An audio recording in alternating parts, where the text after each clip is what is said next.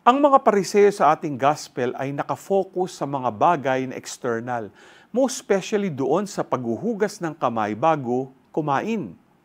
At first glance, masasabi natin na tama nga naman, sapagkat kailangan nating maghugas ng kamay bago kumain for hygienic purposes. But Jesus wanted to convey a message through this because the Pharisees were focusing only on the externals and they really forgot what is truly essential and holy. Ang challenge sa atin ni Jesus ngayon ay to look at our interior life and give priority to God. Sabi nga ni Saint Teresa of Avila ay pinapaalalahanan tayo that all things are passing. God alone suffices. Handa ka na bang maging saksi ng katotohanan ito? G ka ba?